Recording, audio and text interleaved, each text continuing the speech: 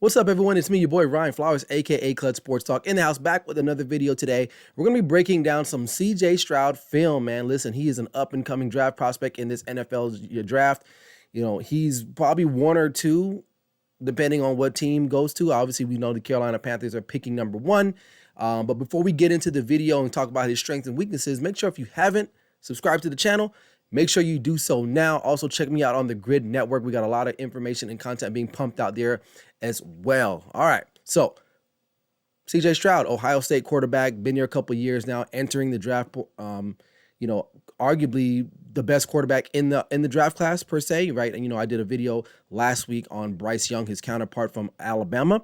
But today we're going to be breaking down CJ Stroud. Now, there's a lot of good things for CJ Stroud, but there's some bad things that can be actually pretty noticeable in the National Football League that he'll have to clean up in order for him to be successful. But, why not? Why are we talking about it? Let's just actually get into it and check out some of his game tape here.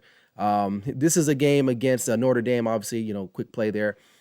One thing you will find about him is that he throws a really nice deep ball, better than some of the most quarterbacks that are coming out of college, which is a good thing. Why? Because in the NFL, you got to have the opportunity to get down the field, right? And he can do that, especially if he has a receiver or two that can separate and can get down the field. Again, a lot of these clips are him throwing long balls down the field, which he's really, really good at. Better than Bryce Young. Bryce Young kind of is inconsistent. I talked about that in my last video, but CJ Stroud can make those throws. As you can see there, that was a dot to, of course, whom? Marvin Harrison Jr. That guy's going to be a stud next year, and it does help. Again, that looks like an easy throw, but it's really not, because if he misplays that, if he's short, it's an interception. If he throws it too hard, it's an incomplete ball. Again, he will take a risk. He will throw that football. And we'll talk about that later on. This clip right here, as you can see, I'm kind of in the way a little bit there. He rolls out, and he makes a nice throw on the sideline there. He doesn't try to do that too much.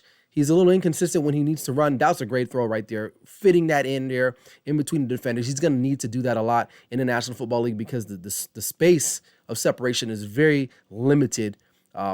Here against Georgia, which was one of his better games, they probably should have won this game, but he ran a lot in this game. He moved around the pocket a lot, which I know that's something out of his comfort zone. But when you got guys like Marvin Harrison Jr., it makes it all good. Here he is again getting out, but looking down the field. That was a really good play. And this one too, right here, right before the end of the half here, that college football playoff game, nice little pitch and catch.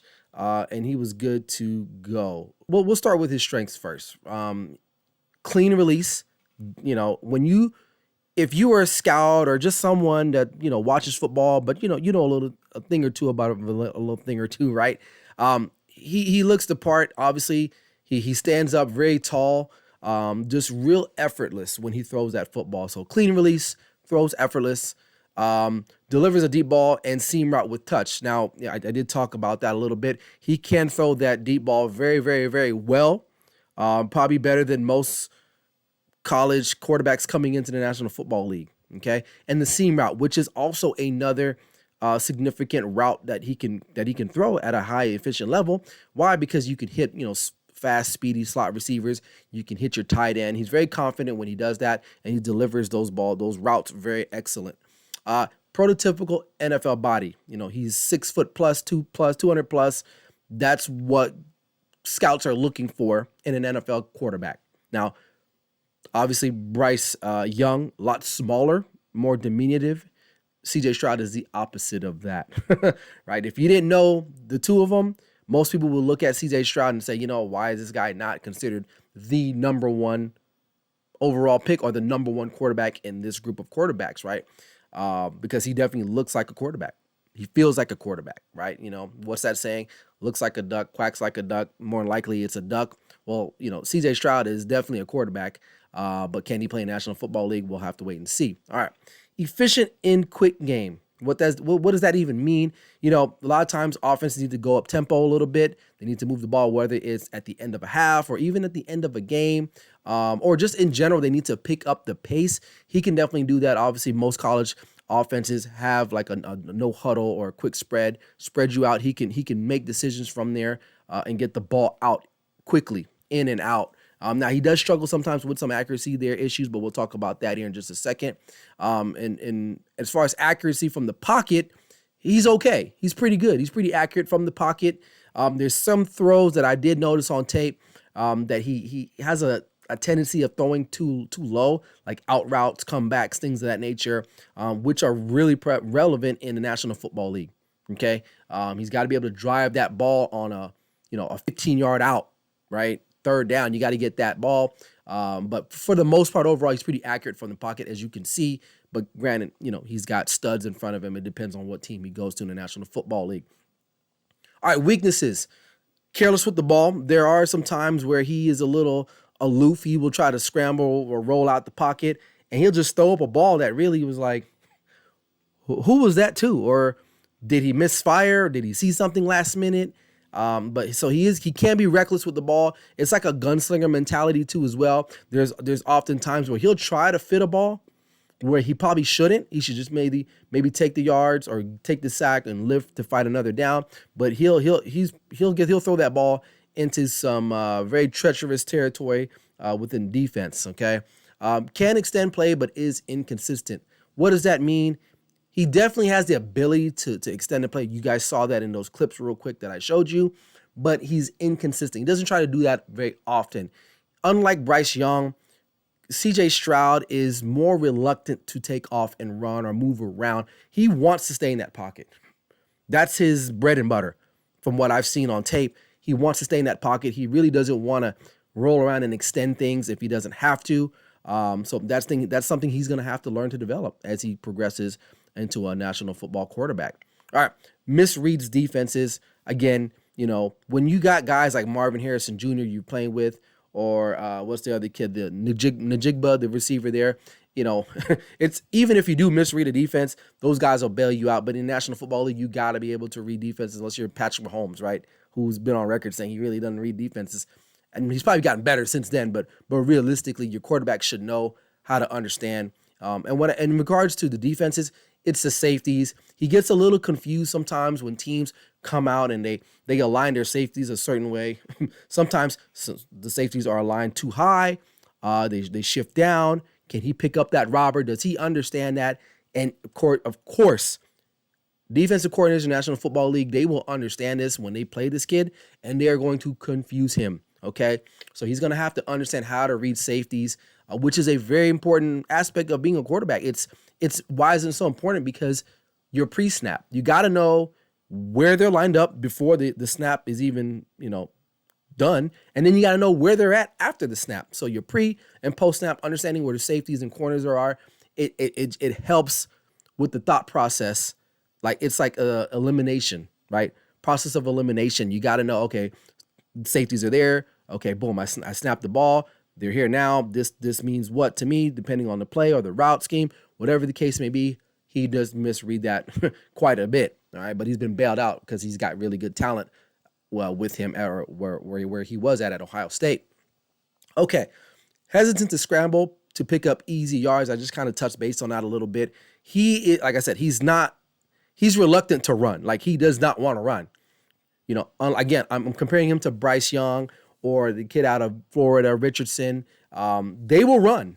And not only will they run, they are looking to attack you when they're running. And what I mean by attack, not by lowering their shoulder, they're looking to either score or get meaningful yards. When CJ Stroud scrambles or gets outside the pocket, he kind of is like, I really don't want to do this, but I got to do it because I have no other choice, So there's times where he probably could have checked down or not checked down, but slipped out of the pocket to get a first down or get a couple yards, whether it's 2, 3, 4, 5 yards. He'd rather make the play with his arm, okay? And sometimes that can affect you in game situations. You got to know the scenario, right? If it's 3rd and 3, right, and you're rolling out or whatever the case may be, pocket breaks down, you're still looking down the field when really all you need is 3 yards to get that first down, and it's there. It's a clear lane. Why not do it? So that's something he's very hesitant to do. But I will say this, he did display some of that against Georgia. Obviously, he had to. That front that he was playing against was ridiculous. And I thought he did a pretty good job. They should have probably won that game overall, but they ended up losing it. It is what it is. It wasn't because of him. All right. And finally, misses on progressions. There was a couple plays that I did see. Now, there was one more particularly where he looked deep, but really he had a cross or an over route that was literally wide open. The guy that he was originally trying to throw to was covered up, but he kind of locked on it. But really, there was a guy coming across. It was a drag route. Easy completion. It probably would have netted like 6 or 7 yards, probably keep the chains moving. But he elected not to, and he threw a duck. Literally, it was a duck, and it didn't pan out for him, nonetheless. So it is what it is. So those are his strengths and weaknesses for CJ Stroud. Now, what does that mean for him as an NFL prospect? As I get my face back in here, you guys can see me there. There I am. Hey, what's up? All right, what does that mean for him? A lot can be said. He just had his pro day. Josh McCown, Frank Reich was there. They're the coaches for the Carolina Panthers, and some comments were made that people picked up on, and there's a good chance that Carolina could potentially take this guy, right? Can he play in the National Football League? I think he can. He's going to need a lot of help, though, right? The good things that are going for him that I feel like can be sustainable for him in the National Football League is that he's got good size and he can throw the ball. He can deliver the ball, But again, when it comes to reading defenses, that's to me, that's a real red flag for me. Now you can overcome that, obviously. So he'll have to really bone up on his defenses to understand that, because these guys are going to come after him, and you're not going to have all day protection like you did at Ohio State, and you're not going to have guys like Najigba or Harrison Smith Jr. to throw to, and other guys that they have at Ohio State. But I think he can play in the National Football League. He is serviceable, and I'll let you guys know who I would pick once I'm done with my 4-part series of these top quarterbacks that are in this upcoming draft. But we'll have to leave it there at this time. But that's all I got. This has been Film Study with me, Clutch Sports Talk. Until next time, everybody, like I always say, never settle till the work is done. We'll see you guys later on the next one. Peace out.